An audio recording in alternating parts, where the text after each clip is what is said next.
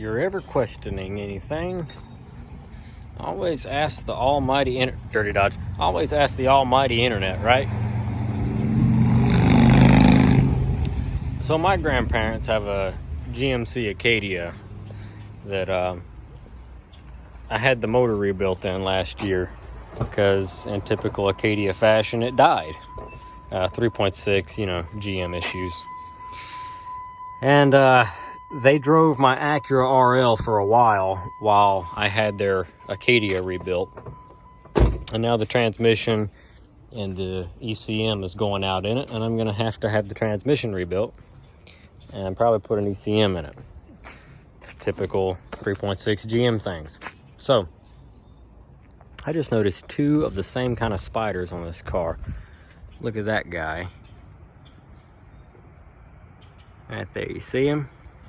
And then look, we'll go back here. There's another one.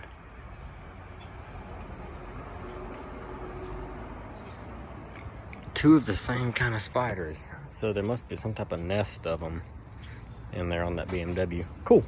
Anyway, so this is a trade-in at the car lot, and I've got the opportunity to take this for what we traded in on it. Straight up honest with you guys, trade-in was $850. $150, and that was like doing them a favor. This thing was a mom's car with kids, and it's grimy, and the headliner's hanging. But she's only got $180 on her. It runs great. It drives great. It needs a bunch of odds and ends. Now, in case you did not know, my grandfather is disabled. He lost his leg a few years ago. So he's in a wheelchair, and he can still walk. He has a prosthetic, but he can't do it for a long period of time. So they carry a regular wheelchair, and then on the back of the Acadia, we had a research put on it with a chair lift to carry an electric chair for him to ride if they were going long distances, like through the mall and stuff like that. And also to get in and out of church. So, like I said, I had the motor done in it, and the motor is great now, but now the trans is going, and they wanted to know if they could use my Acura again while I've got their Acadia, and I would totally do that. But if you know my other grandfather, he still works. He's 77 now, 78, and he still works. He works 5 days a week for a waste management facility, and bless his heart, and he does it by choice. So he's still driving. So he's got my Acura right now, and he's had it for a couple months because I've had the Ranger. I've been doing a couple upgrades to it and some much needed repairs. And then he kind of enjoys driving the Acura because the headlights and everything are really, really good on that car. You know how old Ford headlights are. So him driving early in the morning and late in the evening, he can't see very well. And in the Acura, he can see really good. So he likes the comfort of driving it. Plus, it's got, full airbags, and it's really safe. They're good cars. And he comes up here on the weekends to have Sunday dinner with us, and that's about an hour and some change drive for him. And I feel much better him coming up the highway, cruising in my Acura than his old Ranger. Not that it's not reliable, but just for the sheer comfort fact and the safety and all that, I like that better. He had an accident on that same highway a year or so ago while coming up to visit, or going home from visiting us, and he totaled his Jeep. And so I'm looking for a donor Jeep to save the quarter and stuff off of that to fix his. But until then, he's got my Acura, he's okay. But now my other grandparents have to have a car, so I could buy this for $850 for the trade-in on it, but I wanted an opinion, so I'm gonna clean it because God knows it needs it. This thing is just grimy, but the seats aren't that bad, and they're not torn or anything. It runs, like I said, it runs really, really, really good. It's got a CD player, it's got a tape player, it's got dual climate control.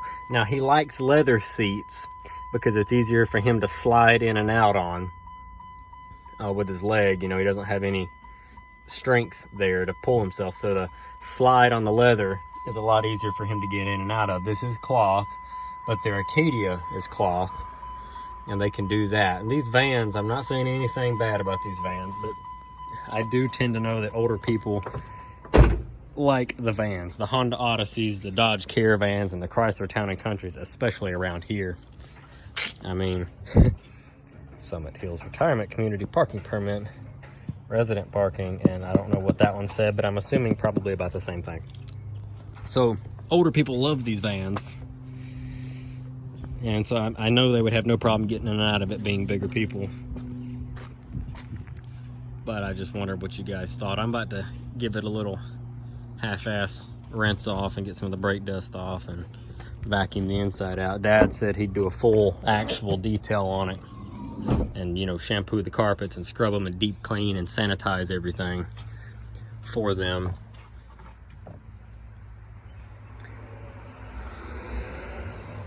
But with everybody getting tax money right now, and also everybody getting that second stimulus check, $1,400 plus some, depending on your kids, the used car market is ridiculous. I have been looking for weeks now for like a Lincoln Town Car, a Mercury Grand Marquis.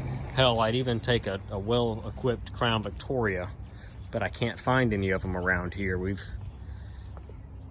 They're just non-existent. I found a really nice one for $2,000 local, a one owner, a while back, and it sold before I could even message them. So, because I know that would be perfect. Because once I get the Acadia fixed, they'll have an SUV. They won't need two SUVs. And they can get in and out of my Acura, so I know they could get in and out of a bigger car. The Acura is an RL, it's an 04, so it's a mid-size car. Big by Acura standards, but still a mid-size. So a Crown Victoria or a Lincoln or a Grand Marquis would be perfect for them just to cruise around town, run errands, and be comfortable. But I can't find one, and I don't have mine anymore. I'd give them my 96 that I had. And my grandfather owned a bunch of Cadillacs. I always liked to have a nice Cadillac. And so if I could afford like a 9, 10, 11, or 12 Cadillac DTS, I would totally love to be able to give them another Cadillac. That would just make my year, and I'm sure they would be enthralled. Because financially, neither one of us can do much right now. But the DTSs that I've browsed in the past, they're $7,000, $8,000, $9,000. I found a couple of them here and there for 35 to 4 with some miles on them. And the new generation North Stars don't really have any of the overheating issues that the prior ones did, because they changed the head design and the stud design. I do see some of the transmissions failing though in those cars. However, they're not that expensive, and it's a K-frame car, so it wouldn't be too big of a pain in the deal or pain in the butt to swap that out if that happens. So it's a gamble I'm willing to take for two old people that I love dearly. So, but until then, there's an $850 Dodge Grand Caravan sitting in front of me with a $180 on it, $184 661. So what do you think? You think I can clean up this turd and at least let him have a second vehicle, or would you keep looking? If it was your grandparents, and keep in mind, I don't have a lot of money, so this would be stretching some funds. But for $850, what do you think? I'm gonna put, if I did it, I'd put a mirror, a new tail light, 2 new front tires, because the back ones are good. I'm gonna wash it super good. Dad's gonna steam clean, shampoo. I'll give it a little tune up and an oil change, and then it's ready to go. What do you think? Good second car for my grandparents, who are also both of them are about 80 years old now. What do you think? Let me know down in the comment section below. Or does anybody have a nice Grand Marquis or Town Car or a Crown Victoria they'd sell me? I can travel to get it. I'd really like to give them something, even like a Grand Marquis just with leather would be great. But they're not around here.